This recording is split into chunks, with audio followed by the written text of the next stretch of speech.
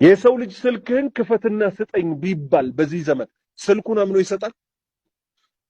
ባል ለሚስት ስልኩን ማይሰጥበት፣ ሚስት ለባል ስልኳን ማትሰጥበት ዘመን ላይ ደርሰናል። አንሶላ ውስጥ ግን ልብሳቸውን አውልቀው ይሰጣጣሉ። ከዚህ የበለጠ ነውር አለ? ራቁቷን ትሰጣለች፣ ራቁቱን ይሰጣታል። ነገር ግን ስልኩን አምኖ አይሰጣትም፣ ስራውን ስለሚያውቅ። ስልኳን አምና አትሰጥም፣ ትዳር ውስጥ ሆና ሌላ ጣጣ ውስጥ ስለገባች ስለምትጻጻፍ።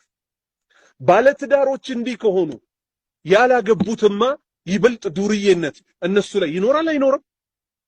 እና ይሄ ትውልድ ታዲያ ራሱን ካላስተካከለ አላህ በሚፈልገው ደረጃ ካልሆን አላህ ይታረቀና? አበደን ከላ። በነቢዩ ሰለላሁ ዐለይሂ ወሰለም ዘመን የተሰራው ኢማን ላይ ነበር። ኢማን በልብ ይቋጠራል፣ በምላስ ይነገራል፣ በሰውነት ይተገበራል።